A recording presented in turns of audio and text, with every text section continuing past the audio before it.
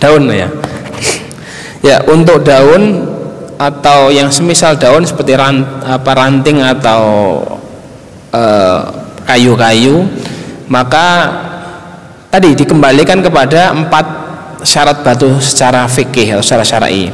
Ya, kalau daun itu dia satu jamid, dia benda padat, misal daun kering, kemudian bendanya kering padat, kemudian dia bisa digunakan untuk mengoles atau membersihkan najisnya, kemudian dia suci dan dia bukan benda yang dimuliakan, maka dia juga boleh digunakan. Ya, boleh. Jadi tadi rambu-rambunya dikembalikan ke 4 syarat tadi. Syarat atau ciri-ciri disebut batu secara syar'i. Nah, kalau 4 tadi itu terpenuhi, maka dia boleh digunakan, benda apapun itu.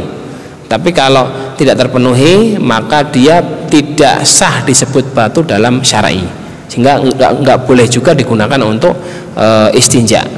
Maka istinjanya pun batal gitu.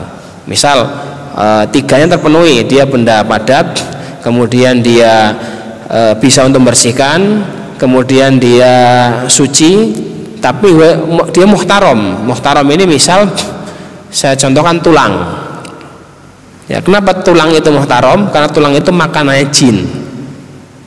Ya, tulang itu, maka pakai tulang, padahal tulang kan bisa, dia benda padat, dia bisa buat ngoles, bisa buat bersihkan lah area sekitar tempat keluaran najis, dan juga suci tulang itu. Kalau tulangnya dari hewan yang bukan bangkai, kalau bangkai kan tulangnya najis, tapi kalau hewan yang sembelihan suci. Tapi dia muhtaram. Kenapa muhtaram? Karena dia makanan jin, jadi dia kategori makanan, maka tidak boleh pakai tulang. Nah, maka tadi dikembalikan ke 4 tadi. Kalau ke 4 tadi itu terpenuhi, maka dia bisa disebut sebagai batu dan boleh untuk istinja. Seperti itu. Taib.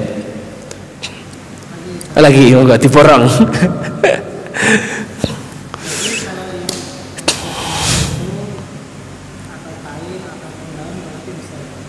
Ya, boleh.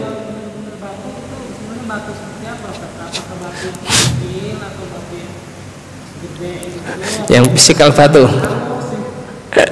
Ya, kalau dia halus itu kalau halus banget namanya debu. Ya, debu namanya, atau turab. Yang bisa buat tayamum itu debu, atau disebut turab juga, kayak tanah lah gitu. Kalau yang halus.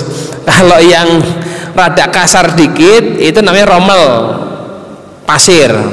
Ya, jadi dia tingkatnya lebih kasar daripada tanah. Kalau tanah kan halus. Ya, tanah itu dia halus, maka dia bisa untuk tayamum karena dia ada debunya, itu kumpulan debu di tanah. Kalau romel itu dia lebih kasar lagi. Ya, batu itu ya yang besar lah, segegem itu udah batu namanya, atau kecil udah batu. Nah, batu yang physically itu ya batu yang punya sisi.